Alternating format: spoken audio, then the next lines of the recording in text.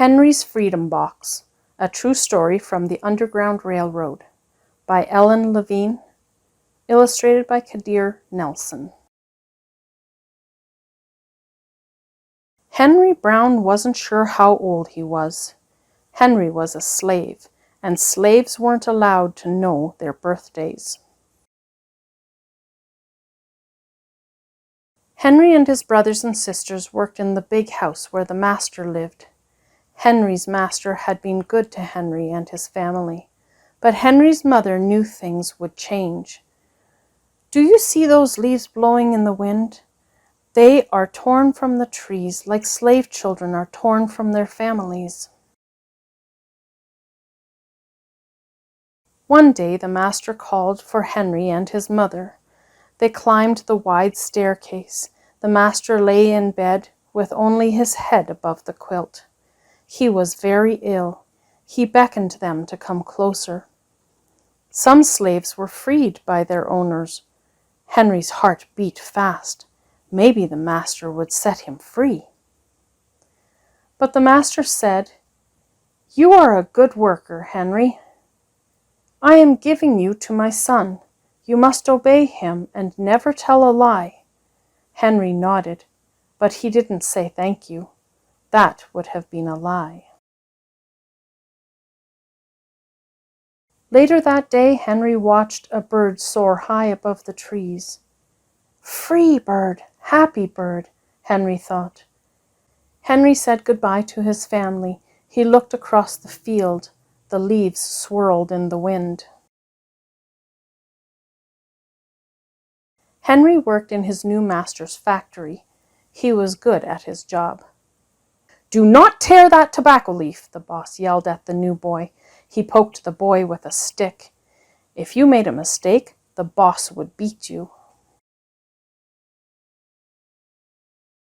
Henry was lonely. One day he met Nancy, who was shopping for her mistress. They walked and talked and agreed to meet again. Henry felt like singing. But slaves didn't dare sing in the streets. Instead, he hummed all the way home.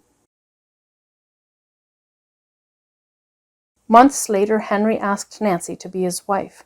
When both their masters agreed, Henry and Nancy were married.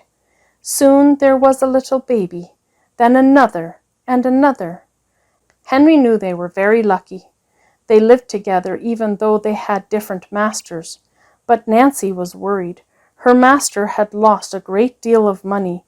"I'm afraid he will sell our children," she said. Henry sat very still.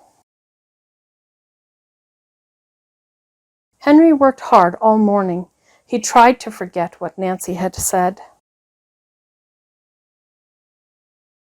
His friend James came into the factory. He whispered to Henry, "Your wife and children were just sold at the slave market." "No!" cried Henry. Henry couldn't move. He couldn't think. He couldn't work. "Twist that tobacco!" The boss poked Henry. Henry twisted tobacco leaves. His heart twisted in his chest. At lunchtime, Henry rushed to the center of town. A large group of slaves was tied together.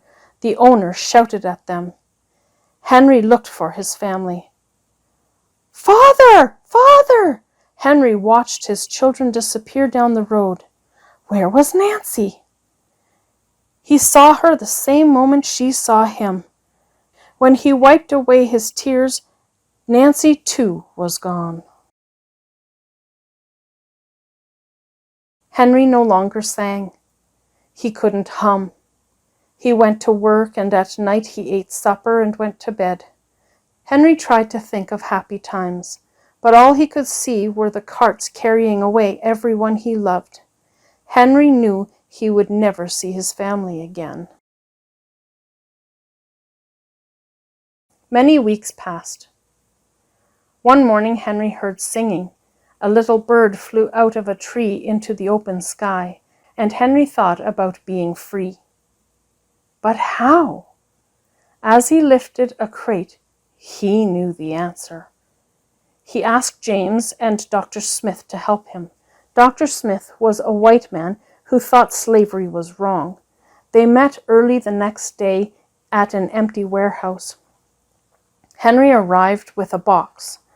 "I will mail myself to a place where there are no slaves," he said. James stared at the box, then at Henry. "What if you cough and someone hears you?" "I will cover my mouth and hope," Henry said.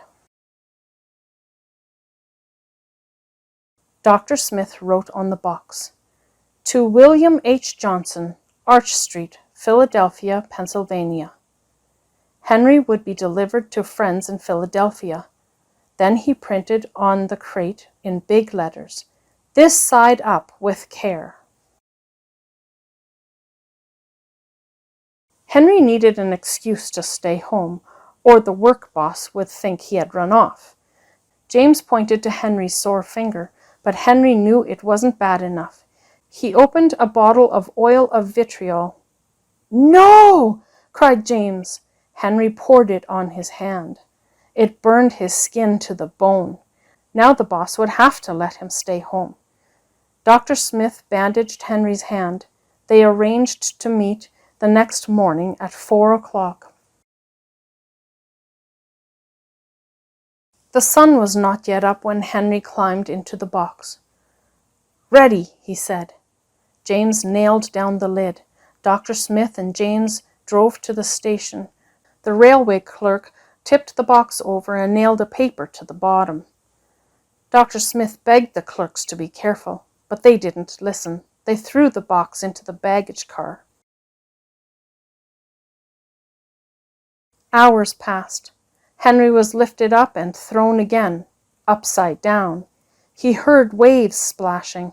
This must be the steamboat headed for Washington, D.C. The ship rode smoothly, but Henry was still upside down. Blood rushed to his head. His face got hot. His eyes ached. He thought his head would burst, but he was afraid to move.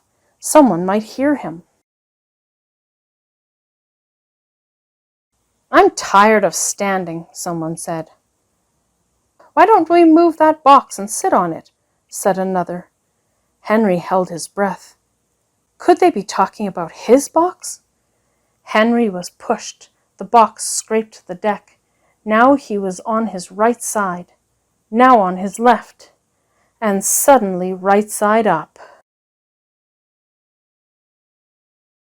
"What do you think is in here?" said the first man. "Mail, I guess," said the other. "I am mail," thought Henry, "but not the kind they imagine." Henry was carried off the steamboat and placed in a railroad car, but this time head up. He fell asleep to the rattling song of the train wheels. He awoke to loud knocking. "Henry, are you all right in there?" "All right," he answered. The cover was pried open. Henry stretched and stood up. 4 men smiled at him. "Welcome to Philadelphia." At last Henry had a birthday, March 30th, 1849, his first day of freedom, and from that day on he also had a middle name. Everyone called him Henry Box Brown.